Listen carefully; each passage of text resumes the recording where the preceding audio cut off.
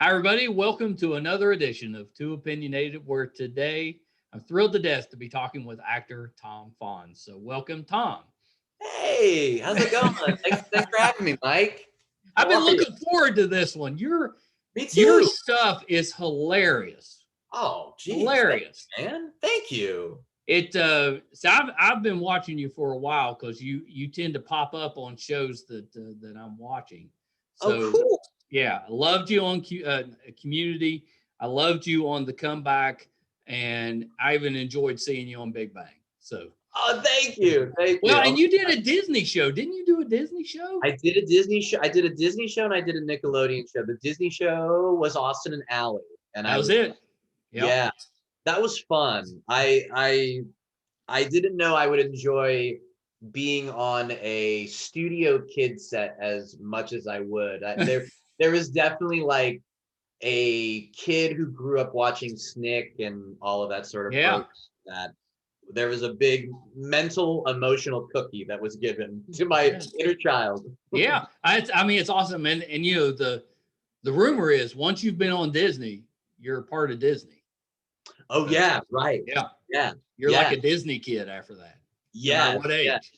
Yeah. I was just a day player, but no, they're you can tell that though. They attract that too. Like it's a certain level of professionalism. The Yeah. kids, like this, I'm stealing a joke from my wife Kate Frisbee. She was talking about, I think, how like in between sets, like how it's such it's a Hollywood moment, like in between shooting on a kid's set, the kids are like super erudite and in discussing politics and sociology, and like, oh my god, I'm like, I don't know if I can hang with y'all are more mature than me. But yeah, well, I'm so Yeah. glad you dig the stuff, man. Oh I yeah. Yeah. For what was the Nickelodeon show? The Nickelodeon show. Geez. Why am I forgetting the name of it? It was a I, YouTube star that, and he had this Fred character, and then they oh. kind of transferred that. Oh my God, I'm gonna be so gross. I'm gonna be so gross and IMDb Yeah, myself look it up. That's because because I'm real I've probably seen embarrassed. that too.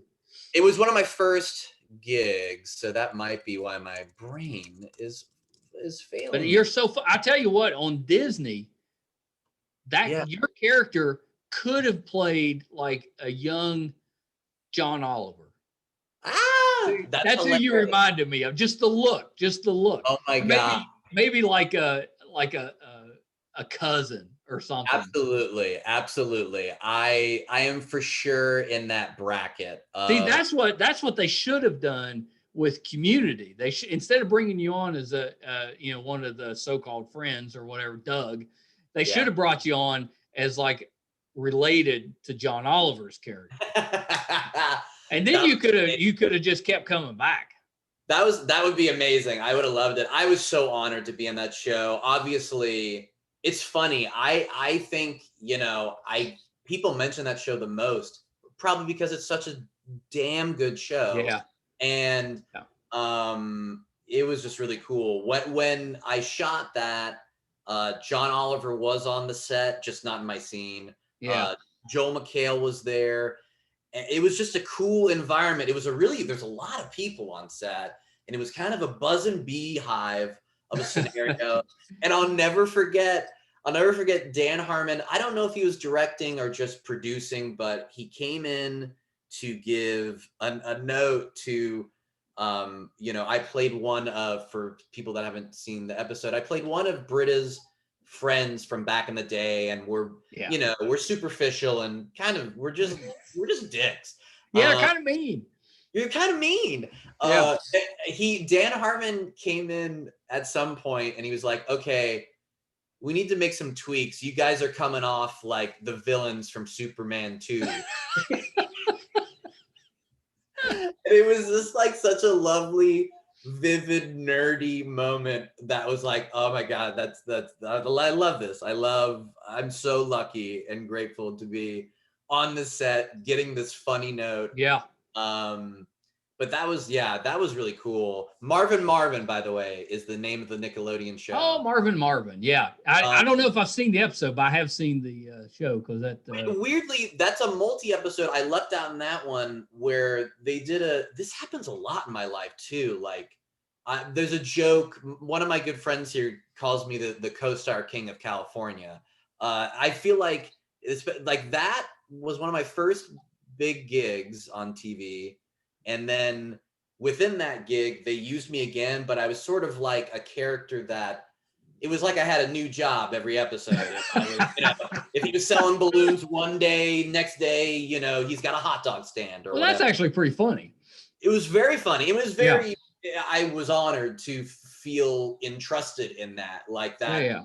I have, I don't know. I grew up, I had a lot, I still do. I am, I love the moving image. I love cinema. I love TV. I love entertainment. I love the art.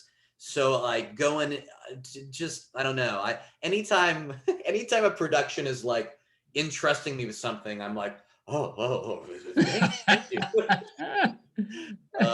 Yeah. That's hilarious. No, so I jumped in. Normally what I would ask is what made you want to get into entertainment? So let me back up and ask you that. Sure. I think I was in love with it from day dot. Like, so I have two, like, first, like, what's your first memory? One is related, but it's a little oblique. Like, it's a memory about me playing make-believe, which you could draw back to this. But the first memory that really directly relates is it's very dumb, and it's very late. It's very dumb, and it's very late 80s or early 90s. I don't know if you saw the BMX movie Rad. Oh, I've seen Rad. There is a dreamy BMX dance sequence in this film to the song Send Me an Angel. And I will never forget sitting in my brother's room watching, at that moment in time, raw magic unfold on the screen with people both falling in love, dancing beautifully, and they're on BMX bikes. Can't beat it. Can't beat it. That's entertainment, folks. I guess maybe that was probably recorded from a rental on a blank VHS that my brother had, and I was watching it. So from there on, that was my first. I'm in love with movie magic, and then from there on, I was a kid that was in front of the screen a lot, not the modern day screen, but I was watching TV. I grew up in the VHS era. Me too. Yes, I was either at Blockbuster or Video Vault, which I'm learning now might have been a local chain. Like, did y'all have Video Vault? We didn't have Video Vault, but I've heard of Video Vault. So it's a chain somewhere. Right. So I was, that was my mecca in childhood. And well, you couldn't beat going to Blockbuster on like a Friday afternoon or Friday early evening, getting ready for the weekend. I mean, that was the place. You're right. It was gearing up for the weekend. Yes. And did you get a stack? Like, were you like, I'm going to get two. Like, I'm not going to get one. No, you don't get just one's not going to do it. You got to have enough for at least 2 nights. So you're going to need a minimum of 4. Yes. Because the first one's really good. You might be jonesed and want to watch that second one. So you got to have a third one for the next day. Gosh. That I have to say that of all the actors that I've talked to and asked them what, made them want to get into entertainment, no one has ever said Rad. You're the first one. Did it, got it. Because it's usually I went to see Star Wars, and yes, that was the one that got me into it. And That's a No, first. rad. There, and I wish I could lie and say something else. I wish it was Citizen Kane or something. It was the BMX movie Rad, and specifically the BMX dance sequence to the tune "Send Me an Angel." But like very, I'm just renting a lot. If it's not at Video Vault or Blockbuster, it's at the library. Yeah. I would rent a lot of old movies from the library. Like I loved the OG Universal monsters, Frankenstein, Oh, me Dracula. too. I'm huge. They used to have, like, I'm probably a little older than you are, but they used to have on Halloween night, overnight, they would show all of the Universal monster movies. And I would, when I was younger, they would let me stay up as long as I could stand to watch those movies. And I loved them. That was the best. That's one of those things where I'm really grateful for my parents for being as permissive as they were. I was watching a lot of pretty, Yeah. my favorite genres are horror and comedy. It's always been that way. Weirdly, I think horror nipped me first with Stephen King books. That was my first. Stephen King, I think, if you want to go further than Rad, somewhere before Rad, I get hooked on Stephen King novels and thus get hooked on storytelling in general. Right. Right. Yeah. I was Alfred Hitchcock. I know he was a movie guy, but I actually read a lot of his short stories. And I had no idea that he wrote short stories. Yeah, I enjoyed those. And then of course Stephen King, when The Shining and those type books came out, I was kind of big into that too. Were you disappointed that the whole Universal monster reboot, universe kind of fizzled out kind of quickly? What? Yeah, I'm trying to think. I enjoyed the update I enjoyed the Invisible Man update. Well, yeah, it looks like they're going to actually do them as one-offs now instead of trying to tie them together. So that was the first of the one-off.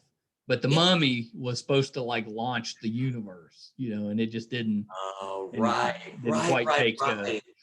I know, and that shape. It's kind of telling that that I'm here telling you, oh my God, Universal Monsters was such a big experience, and I can't even.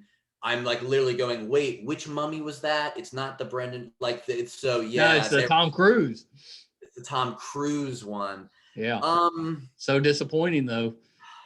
Don't you feel to some degree like, I don't know, like the Invisible Man was, I think, a stroke of genius in how you update that to what's going on now. I think a Mummy and a traditional idea of Dracula is really, well, especially a mummy. A mummy is really going to be a hard sell. Right. To like, what is that? Because with any of these horror movies, like the monster represents probably something else, like Invisible Man wasn't just about an inventor who it's clearly about the male gaze and the idea that all of the Me Too stuff that we are currently going through. So, I actually don't think it's not impossible, but it really takes some ingenuity to go, why is an ancient corpse wrapped in wrapping? Why? How do we, come on, board meeting. How do we do this? I don't have it, but yeah. Did you watch Penny Dreadful when it was out? I did. Yeah. And it fizzled a little bit too, I thought at the end, but it started strong. It started really strong. I really enjoyed how it started. And then this happens a lot, I think, with TV program these days, like strong start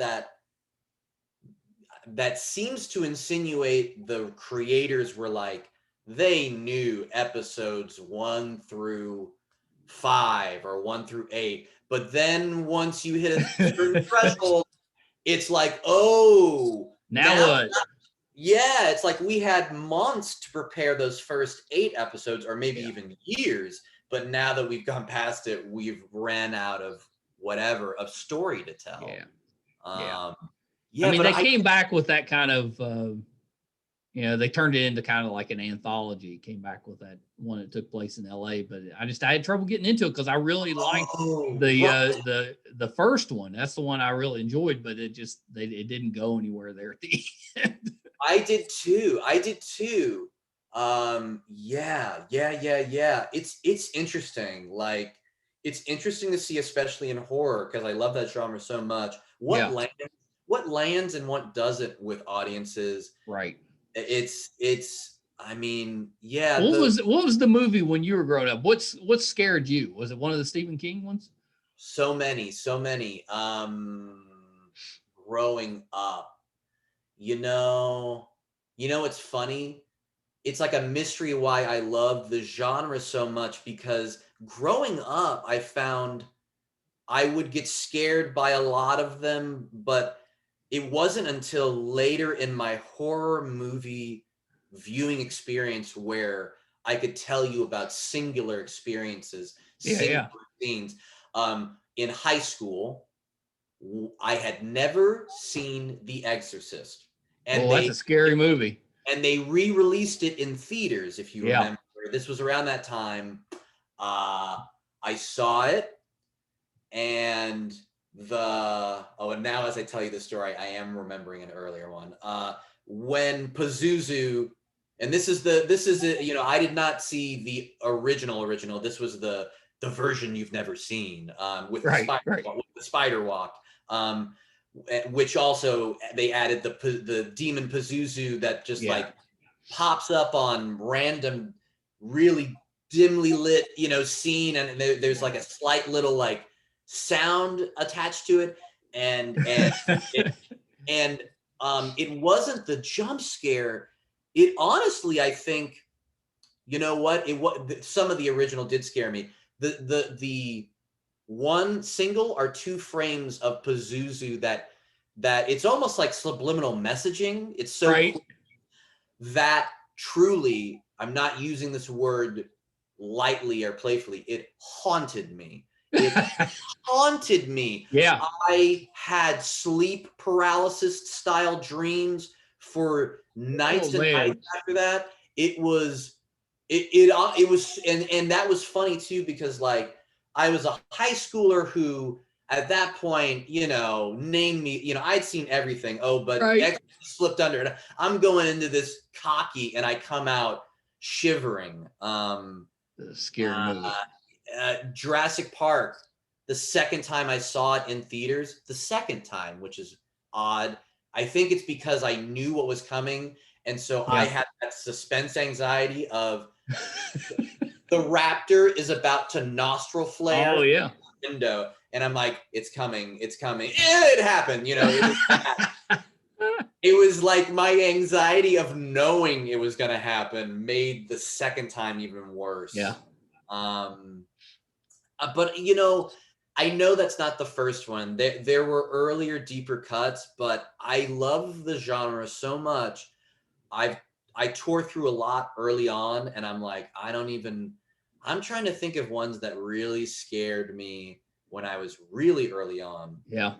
I had Not one when I just turned 16, Yeah. and we snuck to a adjacent city. I wasn't allowed to drive there yet, so me and a bunch of guys drove there. So I'm pretty sure that the reason it scared me so bad was because I was already on edge, knowing I wasn't supposed to be there.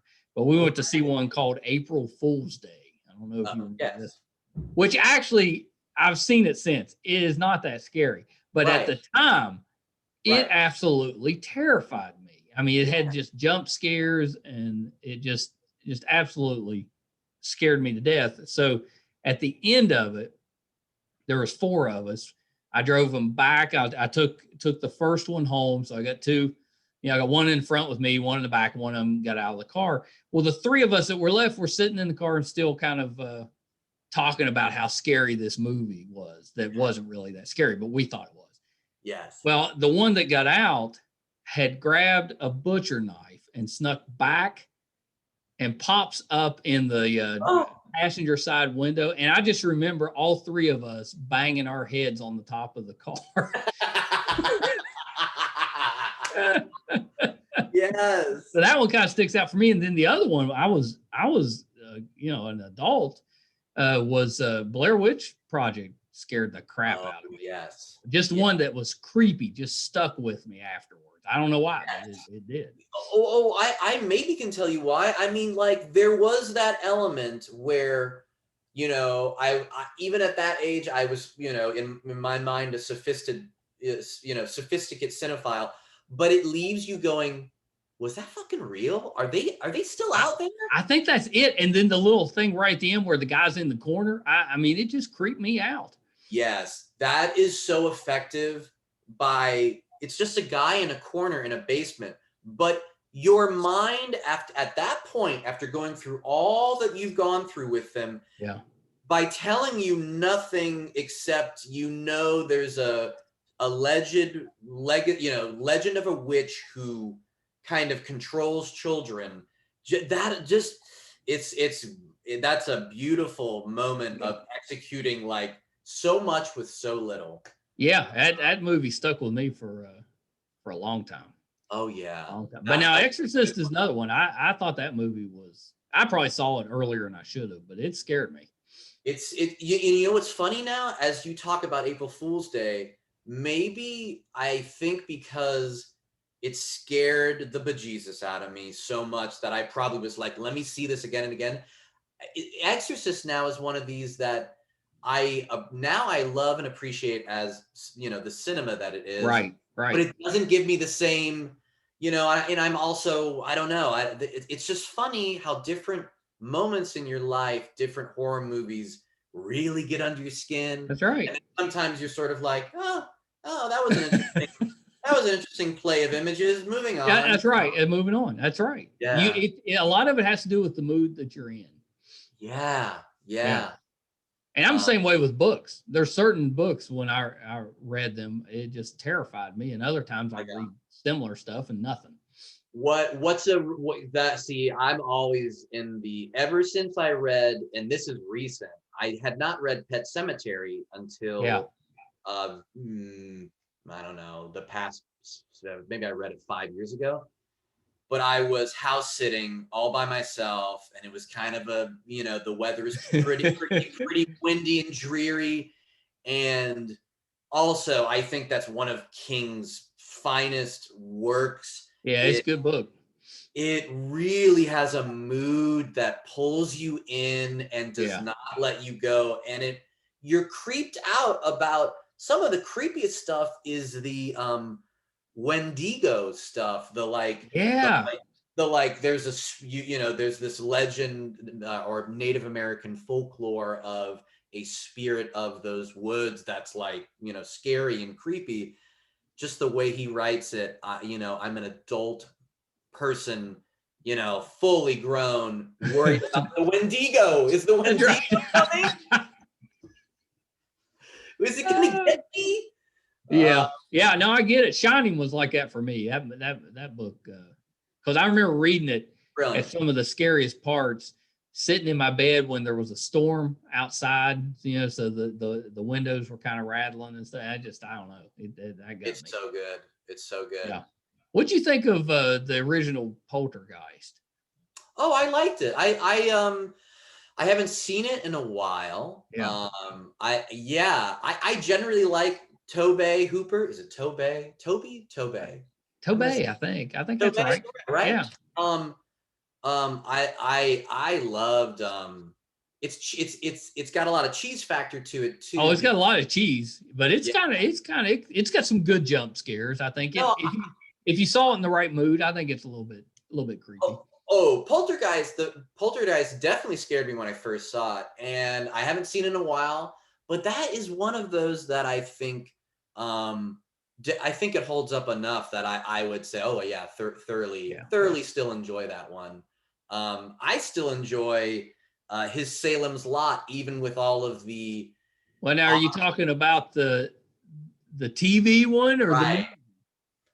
Right. The TV was Rob Lowe, right? Oh, not the Rob Lowe. I'm talking about the Tobey Hooper, Fred Willard's in it. Yeah. David The Soul. movie. Yeah. David Soul is our main guy. Yeah, that's right. Starsky or Hutch, whichever one he was. That even with all the like, obviously you can tell there was a commercial break because it's like, a vampire jumps out of a bush and then now we're there was a mood in that in Salem's Lot that was just great. And now, of course, Texas Chainsaw Massacre. Speaking of scary moments, when Leatherface, when you first see Leatherface slam the door shut, yeah, that was one of those moments that stuck. That's pretty scary. Pretty scary, and it's one of those. Again, it's one of these moments that are like he's not actively threatening or even hurting someone at that moment, but it's just all about what your brain says about like, oh that's man, right. What's going to go on behind that door? Oh, yeah. I'll tell you what I think we need more of is we need the fun type of scary movie like Lost Boys or Fright Night.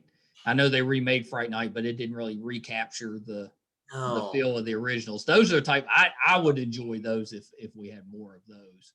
I love The Lost Boys. That's one of those movies where I loved it as a kid, and then I not super recently, but maybe 3 years ago, watched it again. It holds up. It holds up. That's Jerry Bruckheimer, folks, right? Yeah. That's Batman. That's Batman Forever. Jerry Bruckheimer. I mean, maybe his finest film. I really love it. I really love it. It's got a great cast. That whole cast is great. You're right. You're right. The cast has a lot of credit to be given because I mean, at that point, in my lifeline, Jamie Gertz was about as good as it got. As a attractive woman, for a teenage boy, that was it. And then Jason Patrick was awesome. Jason Patrick's awesome. Kiefer Sutherland. Oh, great. Kiefer Sutherland. To me, he's still probably one of my favorite vampires. Totally. He's such a good villain. He's the villain in Stand By Me. He's so good at that. Like, no, Lost Boys is really enjoyable. I remember a couple of years ago rewatching that and going, wow. Sure, is there some 80s-ness to it, but it's like, but I love the 80s. Yeah, it's the good 80s stuff, though. It's the good 80s. Sometimes it feeds the narrative and it nourishes it. Santa Carla, all them vampires in Santa Carla. That was so good. Oh my God! The other one I wanted to ask you about is, did you watch Castle Rock on Hulu? That was kind of the Stephen King stuff. Yes, I started it, and this is not honestly. If I talk about any TV show that's like I started it and it fizzled out, that just seems to be our moment in time where there's a bajillion options and like. Right. Oh yeah, for sure. If it doesn't literally like grab me by the neck and tell me it's like you're gonna love this, it tends to fizzle. No, I'm with you. We have so many more. Growing up, it was you either watch it or you don't watch anything. There was no options. Yes. I thought the show concept proved like I was interested in the concept. As far as what was done, I don't know. If I ask myself why didn't I tune back in, I don't really know. I don't have a ton of like obvious criticisms, but it did seem to like this happens a lot too. Like I don't know, like focus a lot on peripheral Stephen Kingness, and then. I don't know. It was like they made a Stephen King action figure playset. Yeah. Didn't spend enough time in the like. Well, they hinted a lot at like big things in the Stephen King universe, but they didn't really touch on it. So I mean, you know, they didn't get into it like on the second season, which was a Misery prequel, which was kind of interesting. Oh, It, right. yeah, it delved into the house from Salem's Lot quite a bit, The Martian. but Right. yeah, but I don't know, it didn't quite. I don't know. People want the payoff. You know, you want if you're going to bring it up, which is kind of neat to bring it up, but you got to actually deliver on it. You know, let's tie it in with the original Salem's Lot. And this was more like I'm thinking it was before the things that happened to Salem's Lot. It may have been after, but yeah. I don't know. It didn't quite get there, and that was kind of the whole program was kind of like right. I kind of felt like as a Stephen King fan, yeah, the approach to that, it was just a little too oblique. Like I wanted it to be a little more directly tied, and it was, I don't know, it felt just a little slow. It like, and that seems to be, this is not specific even to this show. Like, I think there's a disconnect in general sometimes right now. Like, right.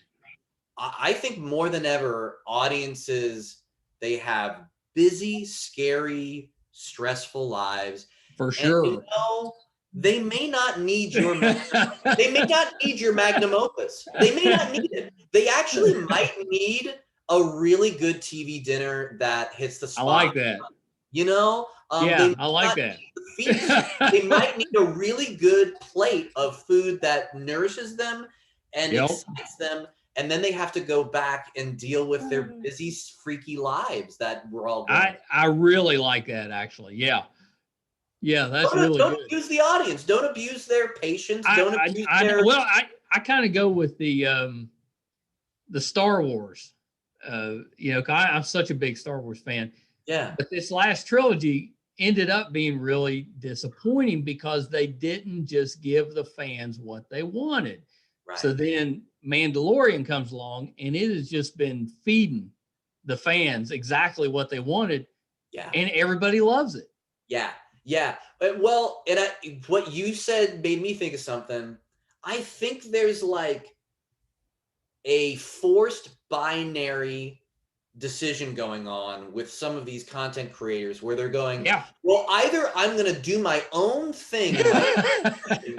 That's it. Or it's a fanboy payoff fest. And I think Favreau and other people like him who there are, you know, Mandalorian's incredible, but it's paying off the fans, but it's not just doing that. It's damn good storytelling. It is for sure. It's like, yeah, I don't know. I find that I get one or the other with the old properties of something that I grew up with, like Star Wars or whatever. It's like either someone's going to go off and color it in their own way, or they're doing too much fanboy service and they're focusing too much on that, and they forgot to write a story too, you know? Well, that's right. Yeah, you can definitely go down the wrong path. It seems, and it's, of course it's easy for me, but for me, you know, Force Awakens, which was the first one, that one wasn't too bad because it was basically a New Hope retold, basically. Yeah.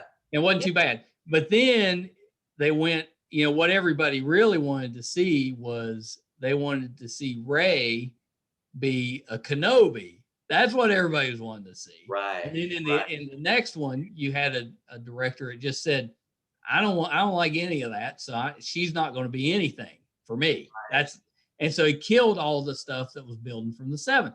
So that kind of killed it. Well, then same director comes back in the last one. So then he's trying to fix everything that didn't happen in that middle one. It was messy. It just didn't give you what you wanted. I similar to somehow at this point in my life, never seeing Indiana Jones and the Kingdom of the Crystal Skulls. Yeah. I saw Force Awakens, but I haven't seen the subsequent story. Okay. Well then, yeah. So then you're probably still feeling pretty good about it. No, you know what's weird? It's so weird. Like in the early 2000s, I was jonesing because I was hot off of comic. You know, I love comic books. They're oh yeah, me too. Who I mean, I don't know if you knew. I owned a couple of comic book stores through the '90s. That's how I put myself through school. no, Yeah, no. and then Marvel in '96 went bankrupt, and I thought it was over. I was like, I got to get out of this. It's over. And of course, they came back, stronger. Wow, Yeah, I that's miss actually those stores. if Video Vault wasn't my mecca, my comic book shop was my That's mecca. right. So That's thank exactly you right. for serving mecca to your local nerds, Mike. Hey, by the way, comic book store, awesome way to make a living as a single college guy. But once you get married and have a family, not the best. I bet. No, I know. Oh gosh, yes, I can see that. A lot of similar, I bet, to owning a movie theater these days. It's like you probably get a lot of joy from being that dude that brings the goods to the local nerds. That's right. But then financially, it's like you're getting beat to hell, man. Oh yeah. Or whatever. Well, yeah, because I mean, unfortunately, most of the local nerds weren't, they didn't have a ton of dispensable income. So right. it was some great conversation, very little financial gain. That's yes, that's correct. That's correct. Yeah, a lot of elbows on Oh yeah. But not necessarily purchasing. Yeah. No, I had some of the best times of my life, but I did not get rich. Oh my God. Totally. Yes. Some great deep cut nerd conversations. Oh yeah, and that's part of the reason my son and I started this podcast was to get back in touch with some of those conversations because I love that. He was at that. He's 21 now. He works in the library. He's going to film school. Oh, so wow. He's at that age where he's wanting those conversations, but there's not as many ways to have them. So this was our way of kind of connecting. What's your son? Does he have a lane in mind, or he's in school? Well, he's in school. I think he's interested in making films, but I think my opinion is he'll end up as a writer. I think he's so talented as a writer, and I think and he writes every day. He's one of those that he's writing a different story every day. He doesn't always finish them, but something every day. And I think that's where he'll end up. Beautiful. But who knows?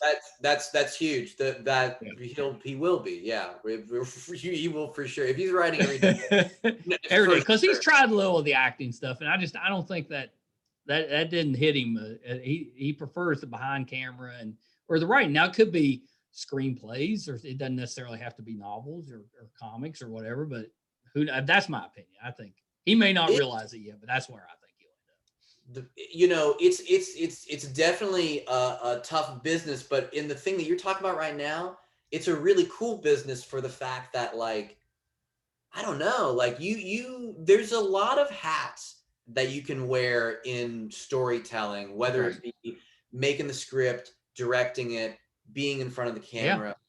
What there's any sort of any production work, whether it's a team art. It's a team art, and it's a really, when you get to do it, and you at least get a little bit of dough, or even if you don't, even if you just get to do it, it's if you love it, it's a true joy, and you don't need to, like, it's weird, dude. Like, I feel like probably a lot of people in this time are going through like transitions and stuff. Oh yeah. Even at this late stage, I'm going, I've always thought of myself solely as an actor. That's what I did all through, junior high onward. Oh yeah. Acting. Went to college for theater. I'm at this stage, and I have directed and written a whole bunch, but I'm now going, well, I'm adding the director thing as, not just a hat I put on every once in a while, but like, no, you should. No, but I bring it up to say, for your son, it's a really cool life where if you like telling stories, you don't have to know out the gate, oh, I'm this or that. Because clearly at this, this whole time, and I am an actor, obviously. I've been doing acting. I've been paid to do so. But what's weird, dude, is it almost feels like it feels like I've been groping my way to becoming a director this whole time. But I still love acting. It's my main income. I love it. I'm an actor. But as I write more, as I direct more, as I shoot more, I'm starting to figure out and look back and go, oh my God, it's not just performing. I think I'm in love with the moving image or something. That's awesome. I'm in love with the movie magic. Yeah, that's awesome. It's the BMX rad scene. I'm in love. Hey, it's been 30 years. It's time for a remake.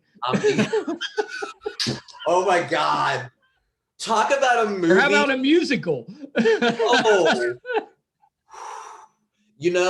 Honestly, I want a piece of that. If you're doing that, I want a production, producer credit on that.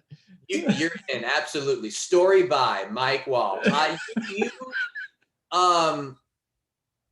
See, this is my nothing's impossible thing. I think you could actually redo it ironically, but that's amazing that you made me think of. Do you remember who was the star? Who was the star in Rad? Do you remember? Scott Baio. Yes, I knew it was somebody. Yes, Scott Baio. Yeah, and Lori Loughlin. It's Scott Baio and Lori Loughlin. You could totally get them for cameos. I bet I could. They're a little bit controversial now, but you can get them. Yeah. No. Yeah. Oh wow. Oh my gosh. Oh, I love it. I love that. That's my stupid first. That's the best. It really is. It's such a great story. It doesn't get any more 80s-tastic than the BMX movie Rad. That was, for some reason, the one that, and it's not anything really like it, but just the 80s vibe, the one that stands out along with that is one that was called, you may not even know this one. It's Turk 182. Have you ever heard of that one? I've seen that. I've seen Turk 182. What is that one? I'm not even sure anymore, but that's the one that just kind of, I'm like, that, I don't know, it's similar. I'm going to have to look it up after this because I was hoping you would remember it. You stumped me on that one. Because I'm thinking it was somebody like Andrew McCarthy or right. What's the guy from the Breakfast Club, Judd Nelson. It was somebody like that was.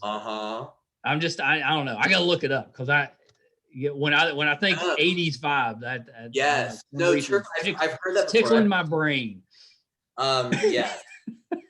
And now I'm like, I gotta ask you about one. Please. This one, just the title cracked me up, and it's a short, but it was if 16 and Pregnant was around for the Nativity Story. Wait, so say that again. If 16 and Pregnant was around for the Nativity Story, you got to tell me about what because I love just the title cracked me up. Oh man, I think I played a wise man in that, and I think it was just a video sketch, but we filmed it in my Kate and I's old house's backyard, and we like, oh my god, see, wow, you really jog it. See, I'm telling you everything but the story. This is hilarious. Like they delivered all this hay to our backyard. And then true to like low budget production thing, it's like, we didn't really think about getting this hay off of your backyard. Like, do you want it? And I think it was plant some grass. Yeah, like we ended up using it. I get really into Halloween decorating. I haven't been lately. Okay. But I think I put a wolf man, like a full figure wolf man. Nice. For some reason, he's on. So was it loose hay or was it hay bales? No, it was hay bales. Like they had a truck deliver hay bales. Yeah. Well, I was gonna say you could use that in some decorations. Yeah, yes. I know there was a hot second where we're like, should we turn this around and just put it in the front yard and like do a live nature scene? We've got the hay. You got the hay. Yeah, a little nativity scene. The actors. That's such a Hollywood thing. We've got the actors. We've got a camera. Let's do it. Um, Oh, yeah, no, what that was our friend. I think that was our friend Courtney Peroso, who, you know, a lot. We've got a lot. We've been here long enough where we've got a lot of connective tissue yeah. going in every directions. But Groundlings, the improv comedy school for me and my wife, is that's where we didn't literally meet in the school, but the sketch group that formed off of Groundlings when we were waiting in between Yep. classes. We met in that sketch group, and That's awesome. but yeah, that's how whoever made that sketch, they basically, it was like, can we use our backyard? Oh, and you're cast. They almost have to cast you if you're using your backyard. That's right. That's right. It's a faux pas if not. Yeah, that's awesome. That's a Yeah. let me ask you another one because I'm not sure you were actually in this, but were Yeah. you in the crap? Robin Williams, Sarah Michelle Gellar. I thought you were gonna bring this up. This is another halfway decent Hollywood story. Okay. What was the name of it? The Crazy Ones. Crazy Ones. That it was on the tip of my tongue. I couldn't get it. I was in it. My voice and my shoes are in it. My character's in a bathroom stall, so it's like, you know. I've had to have seen that. I don't know if I might have recognized your voice. I don't know, but I remember that scene now. I know exactly. Yeah, it's Josh Groban and Robin Williams in a bathroom together, and me in a stall. Yeah. Awesome. Oh my God. Okay, so Robin Williams is, you know, just a living god. Oh yeah, he's a legend. That was huge. That was a good show too, and it's such a shame. It's such a shame. Yes, it really did put him. Yeah, it was it's tragic. It's tragic. I arrived really early on to set that morning. It was like 5 a.m, and it was almost like I got the goods way too early and my brain wasn't ready, and I rue this moment of more than most moments. Robin Williams is sitting on the back of a golf cart and you know, waiting to be ferried away somewhere. Yeah. And I just happened to arrive on the studio lot, the Fox lot, and he engages me. You know, clearly, I guess I have the look. You know, the actors have that look of like, you know, I've arrived and I'm looking. I'm here to do something. I'm here to do something. Exactly. They have that. Yeah, exactly. And he engaged me out the gate. He said something to the effect of, but I know he said this: "Hey, Chief, like his character from Good Will Hunting. Hey, Chief, you coming with us?" And it was 5 a.m. Yes, I am. My brain wasn't like ready to be like, oh, and the first person I see on set is Robin Williams. I literally, like, it was the classic, like, you know, in The Simpsons, they make that joke about Mr. Burns has so many diseases that they bottleneck and log jam and live forever. That was all of my thoughts at that very moment. And I was just like, and then right before I could say anything, a PA, you know, probably good too, because I don't know. He seemed, he probably for the better, so that we hadn't even acted yet. But like, she was like, oh, no, he's going off here. You need to go here, blah, blah, blah. And then, so that happened. Awesome. And I'm called on set. That would haunt you, because that would haunt me. That would haunt me. It does a little bit. I replay it like later. Did you replay what you should have said?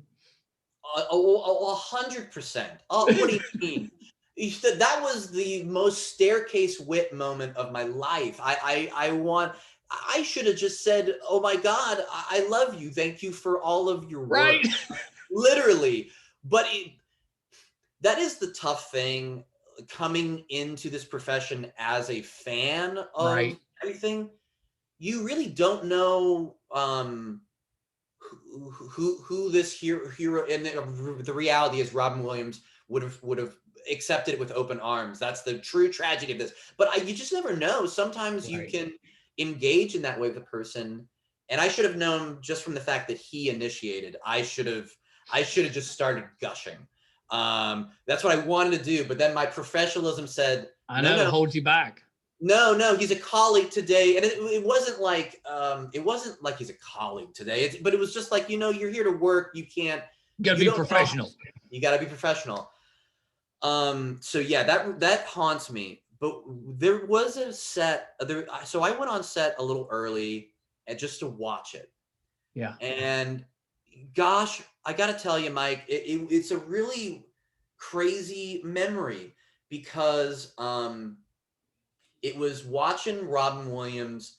It was like the beginning of the scene, and he kind of barges through a door. He's got a very active monologue, very wordy.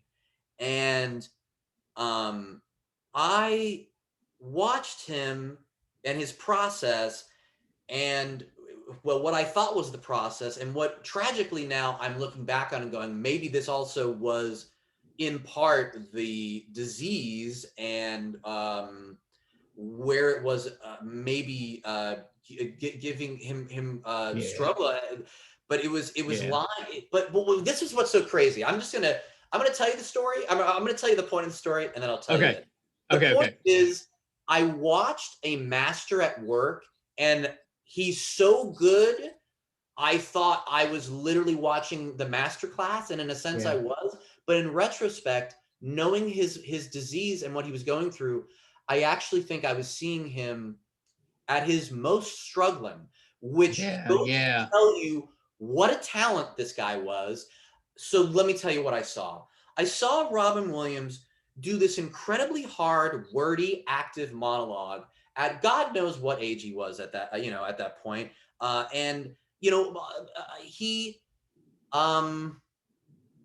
It was like watching a train pick up speed, and not knowing anything about the what he was going through, and just thinking that I was seeing the master at work. It really was masterful. It was like he did it and he did it again, and it got more momentum and more momentum, and more life was breathed into the monologue. And then it was like seeing something, I don't know, a beautiful big float inflate, and you didn't see where it was when it was all crumpled, and then it blew up and it was this giant big beautiful piece of art. And it's a sad story, but it's a cool story, I guess, because it's sad that it's bittersweet. It's bittersweet. I was actually seeing him struggle when literally, if you could have whip pan to Tom in the shadows of that set, I was eyes as big as saucers watching Aladdin, watching the genie from Aladdin make more movie magic right in front of my very eyes. He was that good, everybody. Let's all remember Robin Williams was, we lost a titan. Yeah. So, absolutely. That's both those terrific stories. That's amazing. I knew you'd have something good with that. I always said that I would make a terrible actor because I couldn't control myself. I would just fan out every time I ran into anybody. I'd be like, ooh, and it just go nuts. And I'd make a terrible spy because if I was a spy, I would always be on the phone and on Facebook. I'd be like, oh, you can't believe what I'm into now. Yes. Oh my God. Everybody would know my business. I'd be the worst. Yes. No poker face. I love it. Tom, we could talk forever, but we're going to do part 2. We got to do part 2. Of course, we did the virtual comic shop, chatting it up, and you warmed my heart, Mike. I anytime you want me back, I'll talk. We gotta have you on because Brett wants to have you on just as part of the show. So he just wants you, whatever the topic is, we'll just part of the show. Yeah, he's like, let's do that. Cool. Hey, I'm for it. We could do that. But this has been a blast. It's been a blast. Same here, man. Same here. It's always a pleasure talking to a fellow cinephile and That's commenter right. and the like. I really, it's Well, just hey, a fact. before I let you go, Yeah. is it, you know, I know it's been a rough year, but anything you got upcoming that we might see you in? Okay. I do these. I act in these recurring ads for Progressive Auto Insurance. Yeah, they're funny. Oh, thank you, dude. They're Thank you. funny. I love them. Baby Man, where Yeah. I'm basically, the tagline is "Get off your parents' insurance." I'm a, I'm as I seem right now, full grown man, but always ending up in these infantilizing baby scenarios, but very, deadpan and unfazed by the babiness that's going on. That's right. They're hilarious. Yeah, I would just keep your eye out for those. I guess that check out my Progressive Baby Man ads. There should be. We were lucky. We did everything right per all the COVID rules and regulations. Yeah. But we were lucky enough to actually shoot the last batch of those in our home. In the room I'm in right now. This is movie magic. The production team fully made this room look like a nursery. It was like, I've been in this business for how many years now, and it still finds ways to be like, I can't believe you did that. Movie magic. Awesome. Yeah, I guess if I got anything, check that out, and then I definitely will be directing things, but that's probably later in 2021. So keep your eye out for that, I guess. Well, when that gets close, you got to come back and tell us all about that too. I would love to. Do that. Yeah. Are you still getting the residuals from Big Bang? Oh my God. They're not big. That's so funny. That's so funny you mentioned that. Big Bang, Valco Miller is the casting agent that cast me for that gig, and I am forever Valco Miller. For context, these are not whopping residual checks. Right. However, because it is the Big Bang Theory, which is essentially now saying Mickey Mouse or something, right. It is the gift that keeps giving. I am. It's always on. So grateful. It's always on. It's always on. Yeah, literally. I think I said 3 words, and I think this is the extent of my acting in Big Bang Theory. Here, I'll give it to you.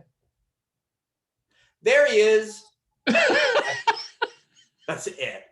I think that's about all I did in that. Oh. So classic cinema right there. so cinematic that there. Yeah. Tom, where can we find you on social media? On social, my name at Tom Fonss, TomFonss. Yep. On Insta and Twitter. I'm not great on the social, but I do check in and I make sure if someone sends me a message, I do respond. But yeah, if you want to find me that way, yeah, at Tom Fonss. Yep. Awesome. Well, until next time, say hey to Kate for me. She's one of my favorite people in all the world. Thank you. I will. Talk about hilarious. Oh my God. I mean, we could spend a whole episode on my wife. Yeah, we may have to at some point. I would love to do that, actually. Yeah. All right, Tom, hang on just a second. I'm going to hit pause. The hilarious Tom Fonss. That was awesome. I've been looking forward to that so much. His wife is hilarious, and obviously so is he. So if you haven't checked him out, check out some of his work. He's so great. That was so much fun. Really enjoyed that. Thank you guys for listening, as you always do. Appreciate that so much. Check out our website at meistercon.com. You can find us on Facebook under MeisterCon. If you want to help the podcast, we're still renovating the studio. You can find us at patreon.com/MeisterCon. We'll give you some early access, some free material for your trouble. Appreciate you so much. Thank you so much for listening and watching, and we'll see you next time. Bye, everybody.